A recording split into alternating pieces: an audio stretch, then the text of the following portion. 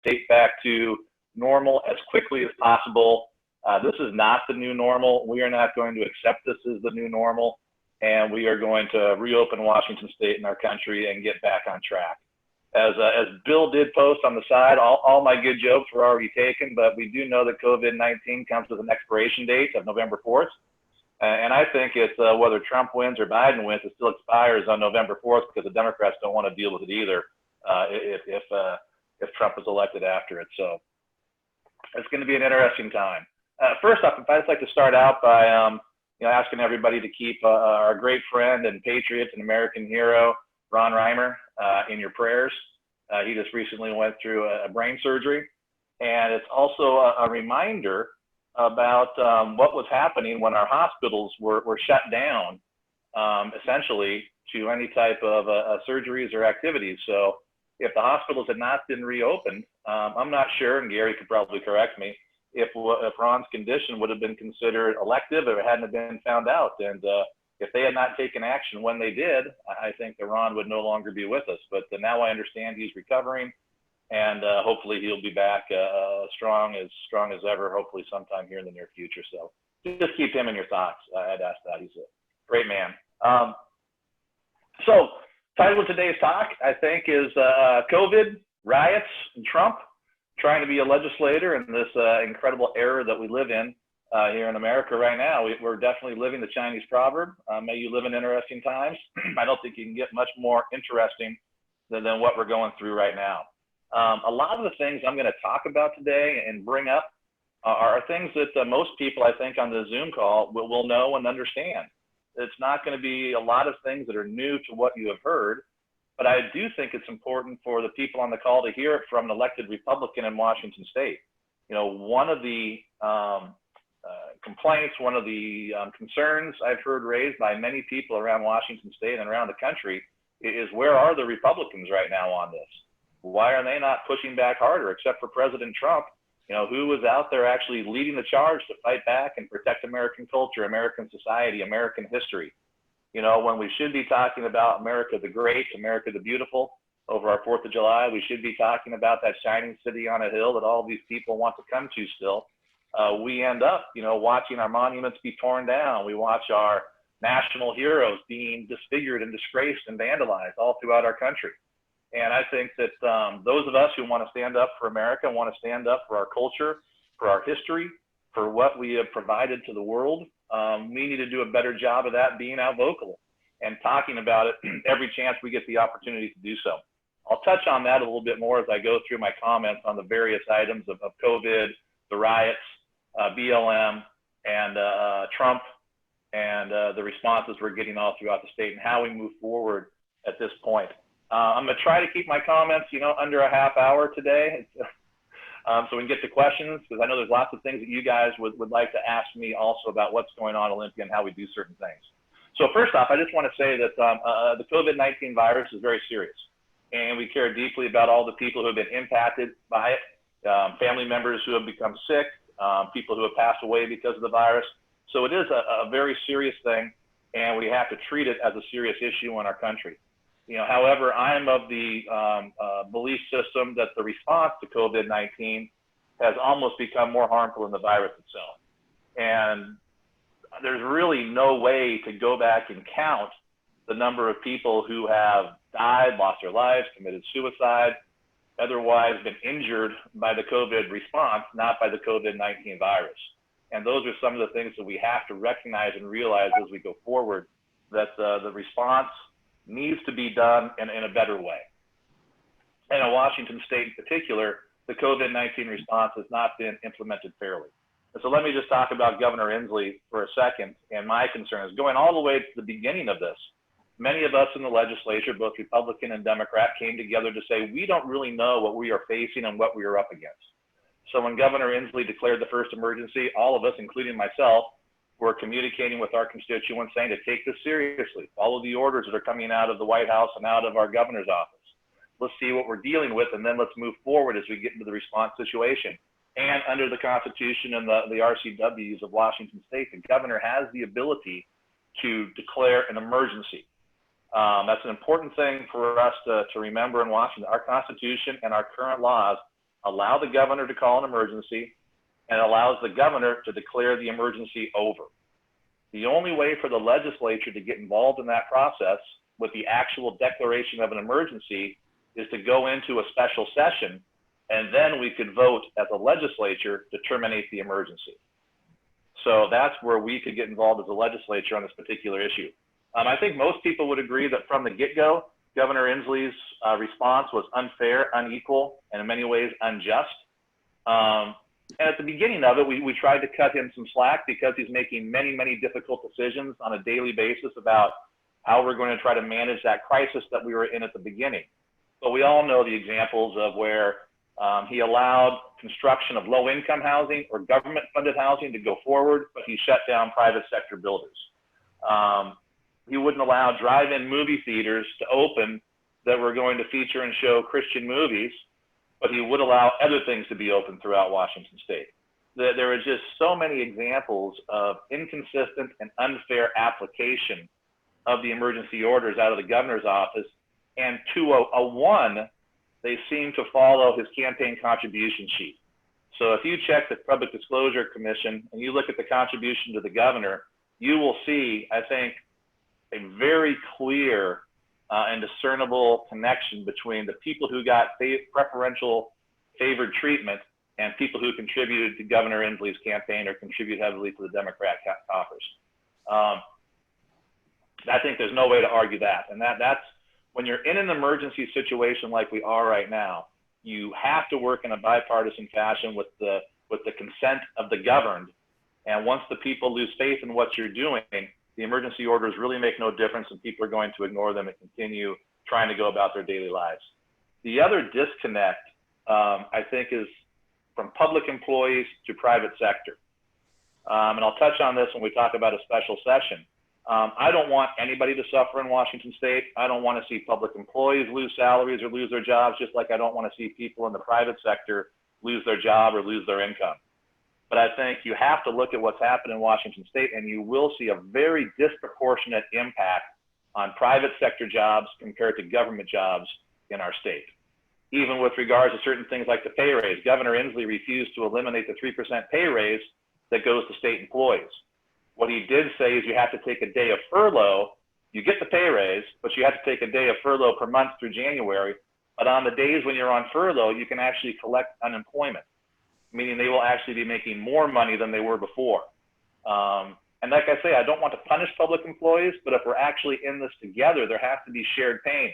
And when these Democrats who were elected basically by public employee unions, refuse to implement needed measures to contain spending and control our budget, and all of the pain is suffered by small business owners, restaurant owners, you name it, construction companies, retail, up and down, the pathway of the private sector, who are seriously suffering, and there's no shared pain out of the government. To me, that just indicates that the government is tone deaf, that Jay Inslee is tone deaf, they don't understand what's actually happening out in real Washington, and all they're concerned about is protecting their empire and growing the state of Washington bureaucracy and government.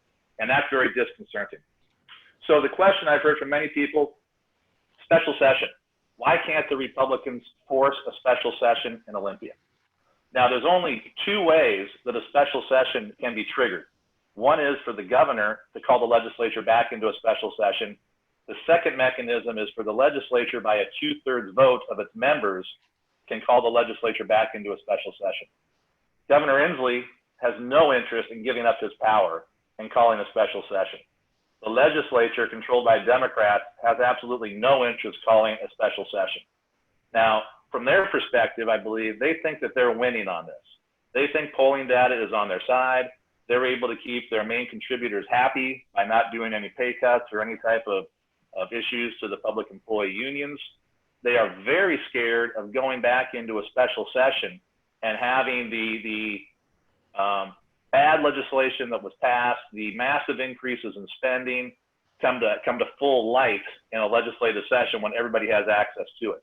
They're very scared of what would happen if they actually go into special session and have to start trying to keep the promises they've made about defunding police, eliminating police departments, putting our law enforcement officers in harm's way.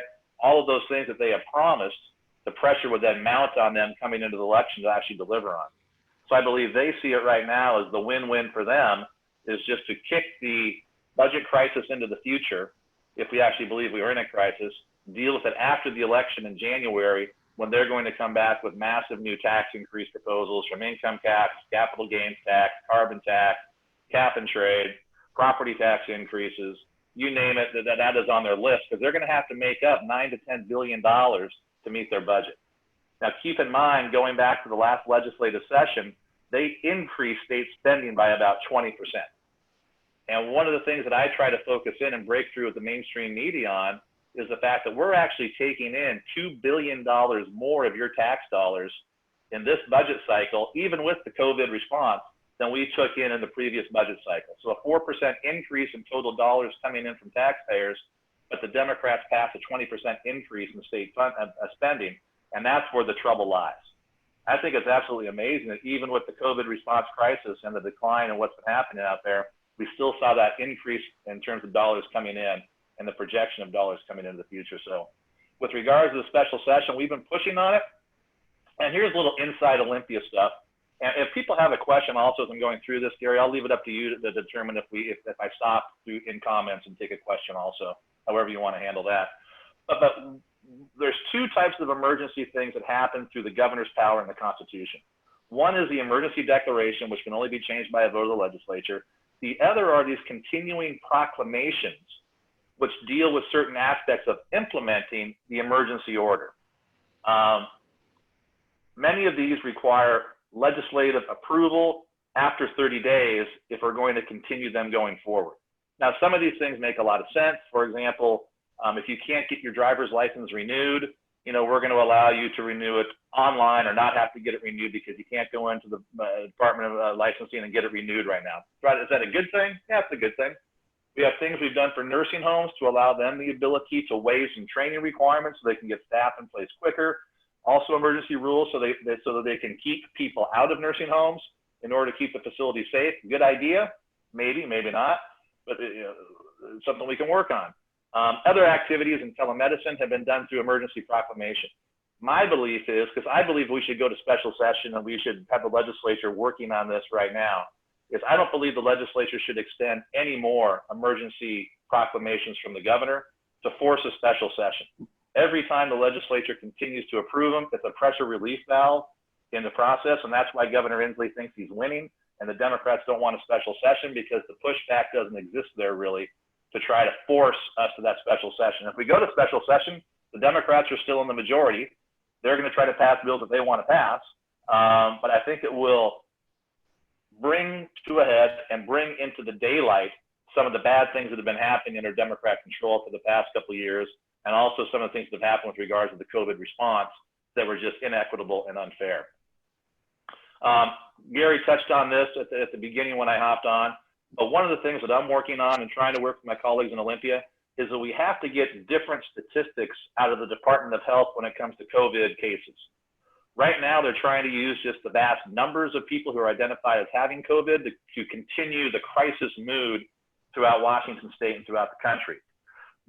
The number that's really important is not the number of new cases that are discovered as we do massive amounts of new testing. The number that we actually have to try to figure out are active cases of COVID on any given day, and what the likelihood is of any of those people actually needing hospitalization. So the number that they use in terms of 34,000 or 35,000, whatever it is today, of cases that have been found really is irrelevant to how we manage the issue going forward. So you have to deduct from that people who have recovered, people who are asymptomatic, and unfortunately people who have passed away because of the virus to get to a number of people that are actually could be going to a hospital. We saw in Bellingham just today that they are saying they are near capacity, but they only have one COVID person in the hospital right now, according to the newspaper. So they've let more people in because of the elective surgeries that were prevented. But we definitely are not at a COVID crisis of people breaking down the doors to try to get into the hospitals due to COVID cases. So we're trying to push the Department of Health on that to get better numbers, to be able to provide the people of Washington State with a more clear indication of what's actually happening with regards to COVID around Washington. Second issue, You know, is this whole Black Lives Matters issue moving through the country right now also and through Washington State? And first off, I think all of us on this phone call are going to agree that racial equality is incredibly important in America, that we're going to strive to be better than we have in the past, just like every country in the world. But I think most of us would also agree that white Europeans did not invent slavery. It's not white people who invented racism. These have been systemic problems throughout history, on all continents, and throughout the entire world. That's just the way it has been. It doesn't mean we can't do better, but it also means we need to improve going forward and realize, you know, what's happened in the rest of the world. One of my great concerns is this whole attack on law enforcement and trying to claim systemic racism within our law enforcement agencies around the country. I'm a supporter of law enforcement, strong supporter of law enforcement. These people need our support. I'm not sure if we have any retired law enforcement officers on the call today, but thank you for the work that you did. I just can't imagine. And one of the things that I highlight when I'm in Olympia is what these people go through on a daily basis, to have to pull over a car with tinted windows at 2 in the morning on a deserted stretch of road and walk up behind it and try to find out what's going on. You know, there's an adrenaline rush right for you there. Every time you go up to a situation like that, you don't know what you're going to get into.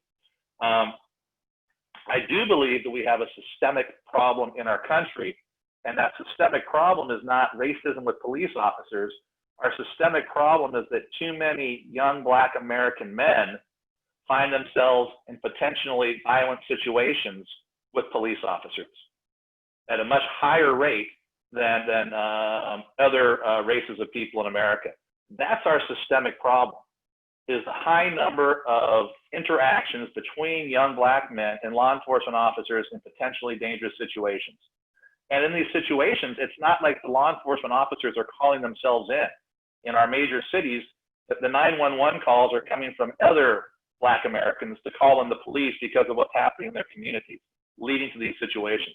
So that's what has to be dealt with. And I believe that is where President Trump was making great progress prior to the COVID outbreak and the BLM crisis, which was lowest Black unemployment, you know, in the history of the country, lowest Hispanic unemployment. You all know the numbers. You know, the economy was popping, and we were seeing jobs being created, particularly in those communities. Manufacturing was coming back, giving people that hope and chance again to be able to build the family unit and get people out of that systemic problem that they find themselves in of interactions in those potentially dangerous situations. So I believe you have to define the problem, and the problem is not racism in law enforcement officers. The problem is a society that ends up putting too many people in potentially dangerous situations with our law enforcement officers, and that's what we have to address. So if you try to blame police officers, you're never going to get ahead in this game, and you're going to end up in a very worse situation. One of my other great concerns is elected officials. So I watched, like many of you, or saw some video of the rally that was conducted down at Marine Park in Bellingham and around other places where elected officials spoke at it. And in that crowd, there were people that are waving the ACAB signs. And the ACAB sign stands for all cops are bastards, right? So if you're an elected official and you're invited to speak at an event, and there is a prevalence, not just one or two, but a very strong prevalence of people in that audience who are waving those types of signs, at that point, I, as an elected official, would say, thank you for the invitation to be here. I'm afraid I don't agree with what's being said with the hate speak in this crowd. I'm not going to be able to address the group. And then after I left, I would highlight why I left and did not speak to that group because of what they were doing. So to get up in front of that group and speak to them in that situation with that type of signs being waved and that type of thing that they were advocating for, I believe is the wrong thing for an elected official to do in our society today. No matter what you say when you're talking about it, it's not the right thing to do. And you need to stand up against that type of hate also, just like we have to stand up against other forms of hate and all forms of racism in our country. But I really question the judgment of a person who would speak at that situation to that particular crowd as an elected official. Heather, you know, I'm very concerned about where this is driving our country right now, as are many of you, and it's going to take a lot of hard work to get us out of what we're currently in with regards to that situation. Now, how does Trump fit into all this stuff? So that's the third part of my comments today, which is in the world of COVID, riots, and President Trump, and how we respond to the legislature and different things that we do. Obviously, President Trump has been the one leading the charge to defend our national history, to protect and promote, this positive feeling about American society, which I think is a very important thing for him to be doing. But let's also admit that right now, President Trump is under attack like no other president in the history of our country has ever been under attack. I believe that many members of the mainstream media are no longer hiding it, but they are actively engaged in an effort for regime change at the national level. That is their stated goal. So you take news publications like the Seattle Times, the Bellingham Herald, New York Times, Washington Post, of course, owned by Jeff Bezos, whose number one goal is to take out Donald Trump, owns the entire paper. CNN, you can go through the list and we all know them, but they're no longer quiet or shy about it. Their goal is regime change and the elimination of President Trump. So how can you in any way take any of those news sources, seriously and believe that anything you read or see or hear from those news sources is accurate in any way? That is a great challenge that we face coming into the upcoming elections in November, is to get information out to the public that is accurate, and also to push back and fight back against just the complete and total rubbish that's being printed in so many of these publications and put forward on the airwaves by those publications. So that is a part where the president is consistently and constantly under attack. And one of the questions I keep asking is where does this intense hatred come from? And then we take a look at a group of people who have come out. This is this anti-Trump Republican group. Christy Todd Whitman is part of it, the former campaign consultants for Mitt Romney, a few other people involved in that. And where is their hatred? What is the driving issue with them that drives them against President Trump? And I've asked many people this over the years, because if you have President Trump's, persona, the way he conducts himself, which I understand rubs some people wrong.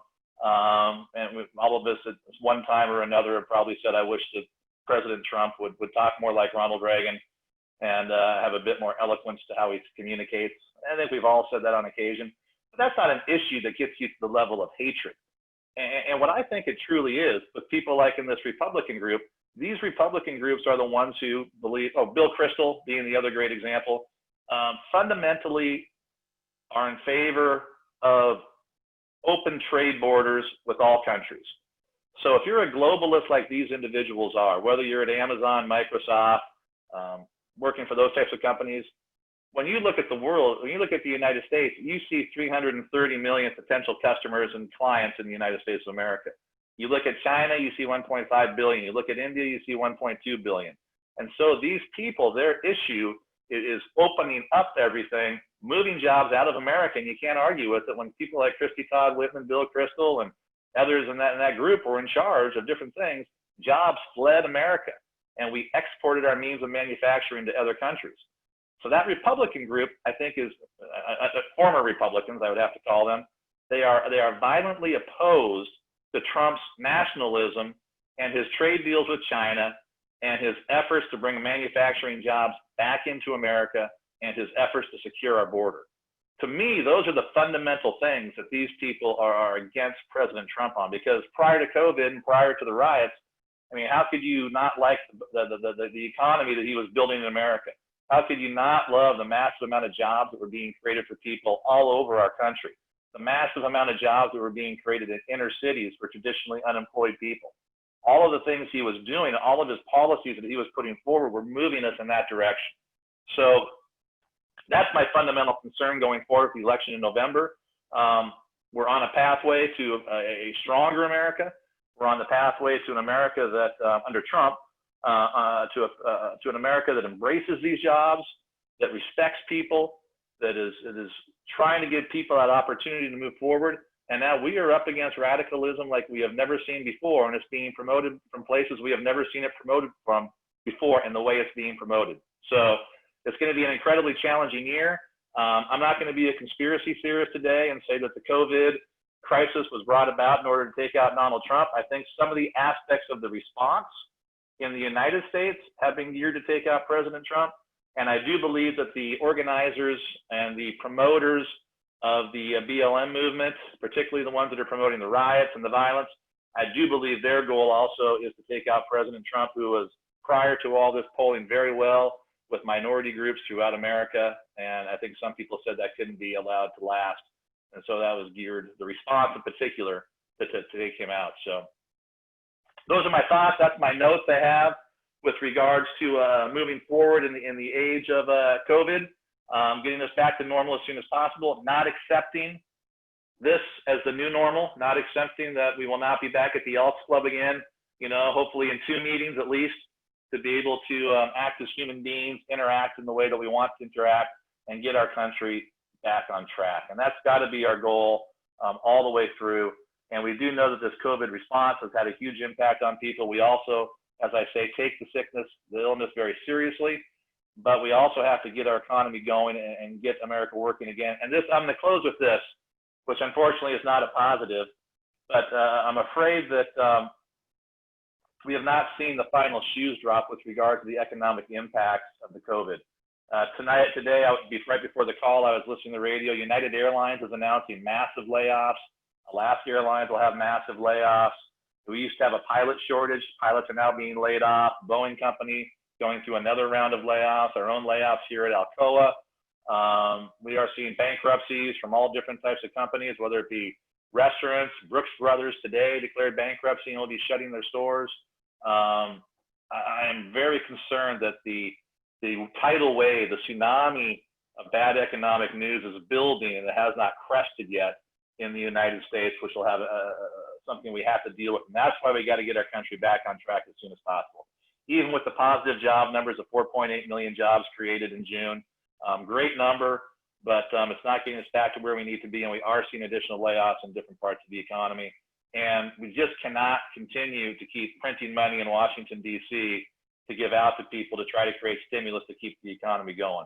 That is not a viable long-term plan for the United States to keep driving up the debt and borrowing that money. So those are my thoughts on what's going on in Washington State. I probably talked way too long. I didn't put my timer on, but I'd love to respond to questions or comments. We take both here, you know, at the Senator Ericksen office. We love advice, especially when it's free. Doug, if you would, turn on your chat button if you don't already have it on. And there are a number of people that have written in questions. If you could take a look at the written questions and address those, and then we'll open it up for other people. We're in great shape on time. We've got 35 minutes for questions, and everybody stay tuned. Often, best part of the program starts with our questions. So go ahead and take back over. Yep, I saw them coming in, but I couldn't read them while I was talking. It would have confused me. So the first one I have on my screen is the states expecting federal bailout, and will it get it? The Democrats are deeply hoping for a federal bailout right now because we have about $3 billion plus or minus in our rainy day fund, $2 billion to $3 billion that can be accessed to keep paying off, you know, the debt, the big increase in spending that was put into place. So if the feds were to come in with another $3 billion, that would pretty much, you know, alleviate any pressure to make corrections to our budget right now, which is why the Democrats don't want to go back into special session until they know if they got that. I hope that the feds will not do that. I do not believe the Senate is going to agree to bailing out states for their poor fiscal management. So what I'm hearing out of DC is that will not happen. You'll probably see another round of stimulus for individuals, maybe for small businesses, but I do not think you're going to see a, in general, bailout to state governments.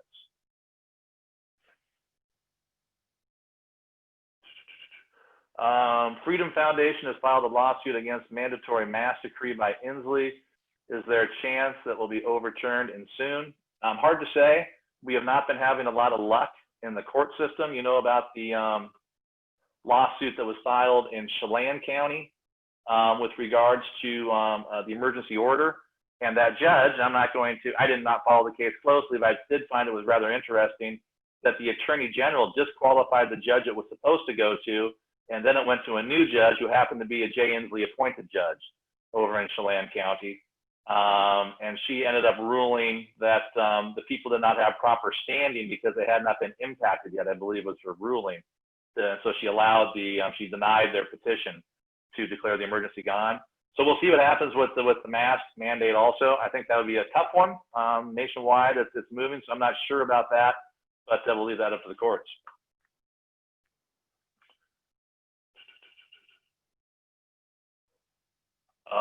What is the status of $30 car tabs? Well, there's a court case that's pending on that. Currently, the Supreme Court heard the case a week ago Tuesday, I believe, and so they'll come back with a decision on that at some point here in the near future, I'm hoping, and hopefully they will rule in favor of the $30 car tabs that the people have voted for here in Washington State yet again. So we will see how that one is handled.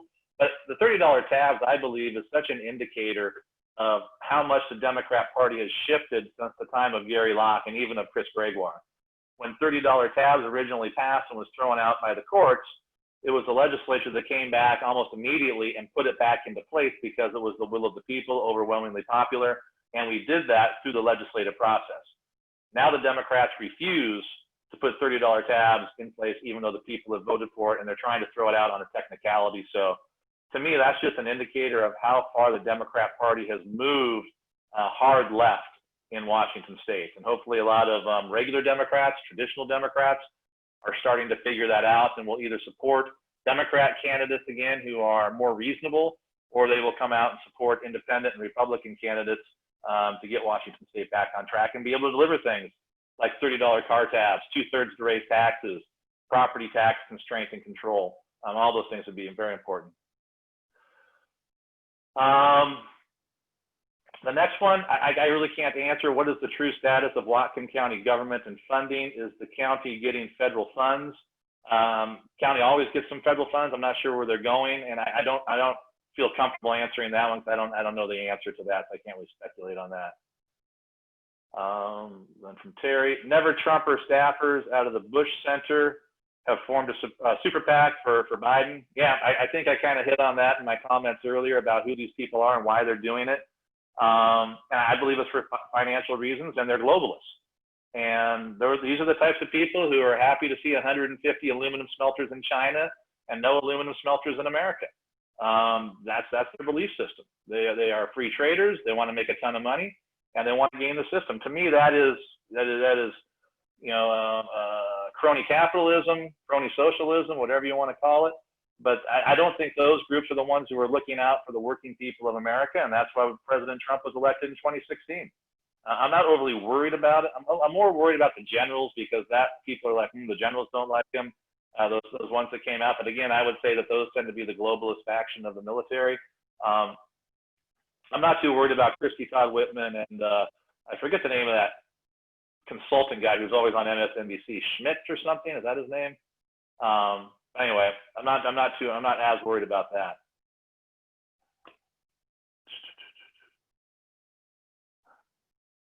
Trump needs to drain the swamp of the swamp rats. It's not that easy. I hear you, For my short time back in Washington, D.C., what I saw when I was on the transition team at the EPA, it is tough to drain that swamp. I mean, they are so entrenched. No matter what the cause, and then the big corporate lobbyists come in. I'll give you a great example, which is the visas that go to foreign people in the tech industry. Trump started to clamp down on that. Originally had good Republican support to try to limit the number of people coming in on those special visas. Well, the Microsoft, the Amazons, the Googles of the world went to war with Republican, and got Republican legislators to back off on that. So again, you go back to the swamp, and it is a fierce place back there. And Trump's one man. I think he's like the only man who's the ability to try to get that done, and I think he's doing it to a certain degree. I think out of the gate with his administration, too many people in the administration in key positions were from the swamp, and I think Trump felt that he had to try to get his feet under and bring in some of those people. But I think the new team he has around him, particularly his Secretary of State, who was outstanding, his new Chief of Staff, outstanding. I think if you get Trump to 4 more years, you will see him being able to accomplish and finish up quite a bit of what he started with the swamp drain, because he has the people around him now, I think, who will help him get that accomplished.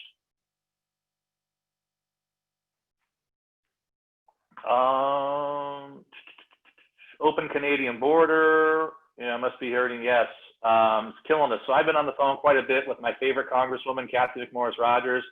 She's out of Spokane. Obviously, the border's closed over there also. A bigger impact here than there because of the number of businesses and our proximity to Vancouver, BC.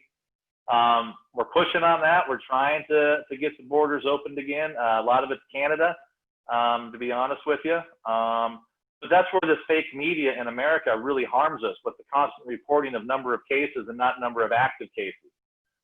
So that really hurts us to be able to get that border open the way the mainstream media reports and presents on what's happening here. But I try to keep people up to speed on that. We have been pushing to try to get it open, and we do have friends in Congress who are working to get that done also. It's been a top issue of mine to try to push. But again, that's pushing rope uphill for me right now. But Kathy is also working hard to try to get that accomplished. Best way to put pressure on Democrat Party and governor to change the COVID phasing guidelines. The best way to put the pressure on is to not continue to approve the 30-day extensions on the proclamations.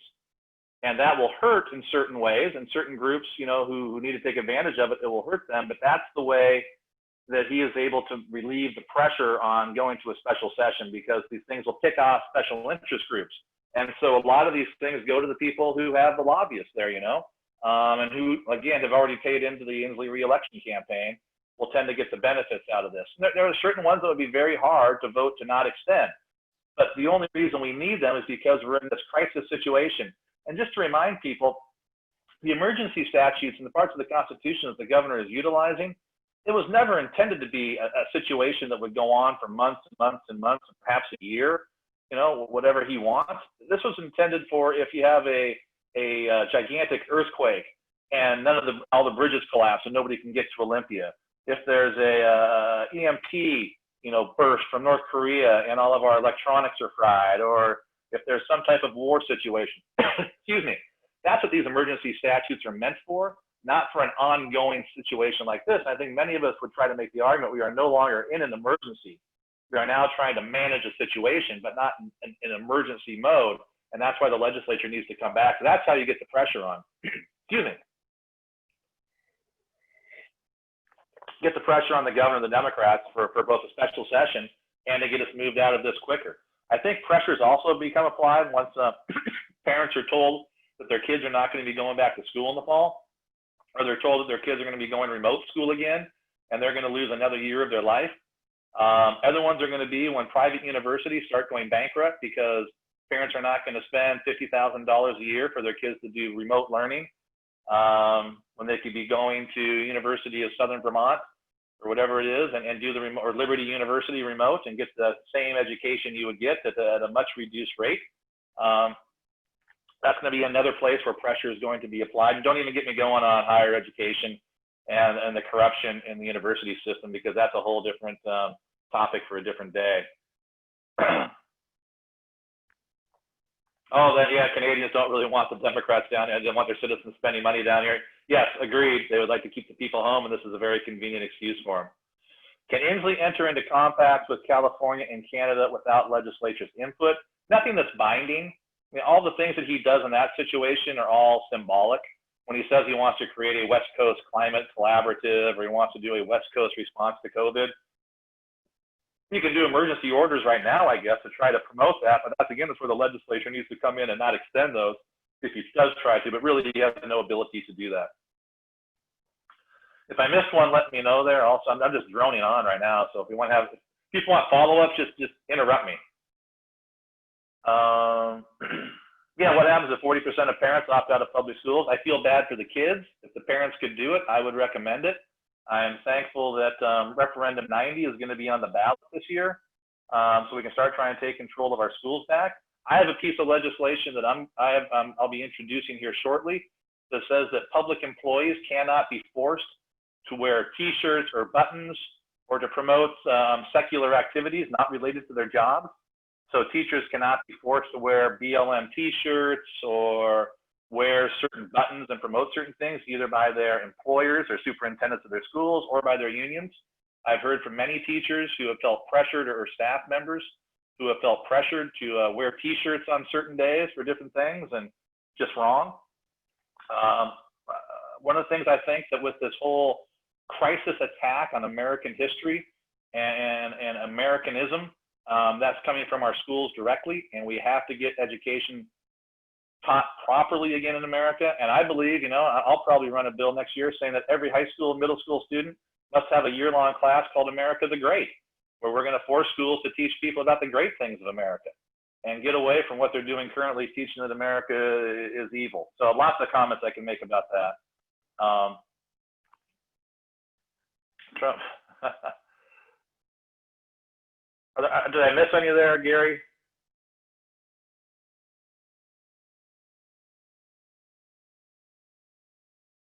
That's like a rapid fire question session. Hey, Doug, it's Terry. I was looking back through this. One of the questions there is protesters have blocked I-5. Where does the state stand on that? Has Seattle been involved in the blockage of an interstate? Yeah, so interesting one. I had legislation 3 years ago that would have protected people's right to protest, because that's sacred, peaceably assemble and protest, which is protected in our Constitution. But I also, in my legislation, said your constitutional right to protest does not give you the right to prevent somebody else from exercising their constitutional rights. It would have prohibited things like, protesting on the freeways, shutting those down, blocking off businesses, doing certain things like that. But what my bill also did, it allowed for a private right of action by third parties to sue the organizers of those events. Of course, the Democrats came unglued, said it's evil, you want to prevent protesting, nothing could be further from the truth. But if my legislation had passed, those two people would probably still be alive who were hit by that car on the interstate. Mm-hmm. That cannot be allowed to continue. You cannot have daily shutdowns of our lifeblood transportation system here in Washington State. That type of lawlessness cannot be allowed to continue. Currently, the Washington State Patrol, they have a hands-off mentality on it. And it's frustrating, but they're reflecting their orders from Governor Inslee. That's a top-down decision. I'll give you an example. So there was recently a lot of vandalism done at the state capitol, spray painting, different types of things. You probably didn't hear a lot about it. The campus law enforcement refuses to give to us the videotape of the people that did the damage. And they refuse to go after those people who were doing that damage. To me, that is just mind-boggling. The refusal to enforce state laws, to allow these people to vandalize, to rampage, to take out 6 blocks of a city, and have absolutely zero consequences. If I went down and tore down the Stalin statue, I'm sure I'd be in the county prison in 2 minutes. Mm-hmm. I'm not saying I want to go and tear it down, but I mean, it's so biased in terms of its implementation, and it's just completely wrong. And I tried to run legislation, and Democrats immediately attacked it, and as did the Seattle Times, of course. But yeah, now we're seeing what happens when that happens.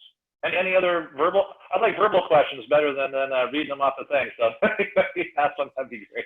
Well, people are thinking about that. One that you did miss was talking about the integrity of mail-in ballots and the pressure to convert the states to all mail-in, and the shenanigans that may take place in the November elections to try to unseat Trump if they can't do it by any other means. Yeah, so this is one of the things where I look at the COVID response and what's going on with COVID, and I get very suspicious. When I look at the responses people have to COVID and what we have to do. Trying to require all mail-in balloting, I think is wrong. I think we have to get rid of it in Washington State. I call it fraud by mail because voter fraud is rampant in all mail-in elections on multiple levels. Spouses voting their spouse's ballot. Voting the ballots of children who no longer live at the house or who have moved off to college, voting them for them. Ballot harvesting, where you go door to door and pick up people's ballots. You pay them for their ballots. Forcing people to come into a union hall and basically do a card check type voting system where they're going to check and see who you voted for. Pressure at churches to do it in that particular way. So it's not only on the liberal side, there could be conservative abuses of this. And I fundamentally believe the best thing you could possibly do is give people the privacy, require voter identification, and the privacy to go behind that closed curtain by yourself and cast your vote free from intimidation or fear of whether it's an abusive spouse, whether it's an employer, no matter what it is. That's the right you have as an American. I believe that absentee ballots should be allowed, but only if you request one every year, and there should be no such thing as permanent absentees. You can request it, but you have to request it every year. I'm not going to say you got to give a good excuse, but you just have to request it every single year to get an absentee ballot. I don't mind early voting if a person goes in themselves and wants to vote early and has valid identification to identify themselves. No problem with that. But we do know that there is massive fraud with vote by mail, and there's no way to argue that there is not fraud. I went through it in my last election, and obviously it was very close. But that voter rehab process is fraught with corruption and fraud. No fault of the county auditor or of Secretary of State Kim Wyman. They simply have to enforce the laws that are passed by the legislature. And we have very, very, very bad laws on the book right now for fraud by mail elections, and it needs to be fixed.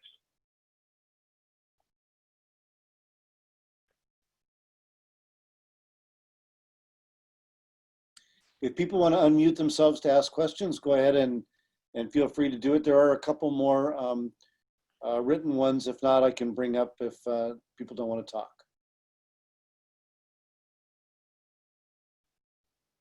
Chris Halterman brought up about the new initiative. It's my understanding that there are no statewide initiatives. I'm sorry, I was away. I'm working. So, Sharon Hannick dropped off a bunch of the initiative 1109. So I'm going to be dropping those off at the GOP office. So basically it's called Common Sense Sex Education, and it takes the state and the legislature out of deciding what sex education curriculum is going to be, and it mandates it to be under local control, requiring parents, teachers, and school districts. So just so you know, they have until December 31st to get their signature gathering done. Doug, can you talk about initiatives in general for the November election? Statewide initiatives? I'm not sure. You have to remind me what's on the ballot. I have to admit I've been a little swamped with my understanding is there are no statewide initiatives on the November just referendum 90 will be the only one, I think. And then 1109 is created to work in tandem with referendum 90. So 90 basically repeals what was done by the legislature. Then 1109 takes it another step and says you can't do it again. It has to be a local decision done by local school boards, and also erases, the mandate where Olympia phased this in on sex ed. They're so fixated on sex ed in Olympia. I mean, it's off the charts.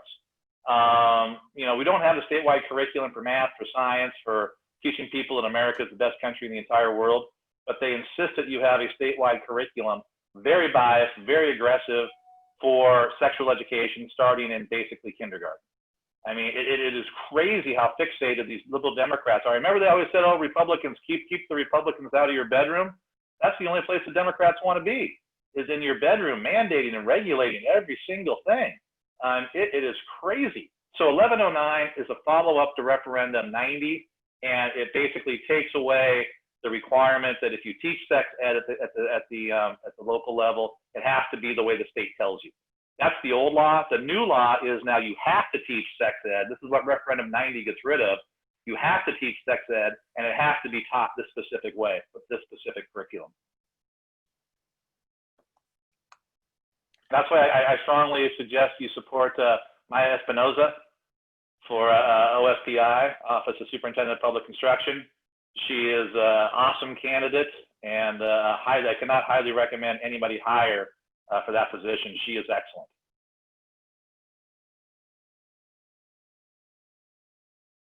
Other questions?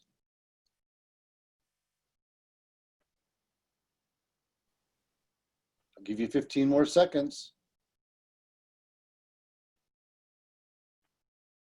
Well, Doug, we are so grateful to you representing us and for your program today. And I wish that we could get the Senate back into Republican hands so we could actually do something instead of feeling so helpless in a state where the governor, the House and the Senate are all in lockstep in opposing business and opposing personal liberty and continuing to make this an incredibly oppressive culture.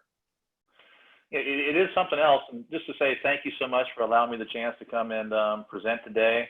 Hopefully I wasn't too long-winded and boring. I'm not giving up on Washington State yet. I keep hearing from so many people who are looking at Wyoming, Montana, Idaho, or overseas to move to.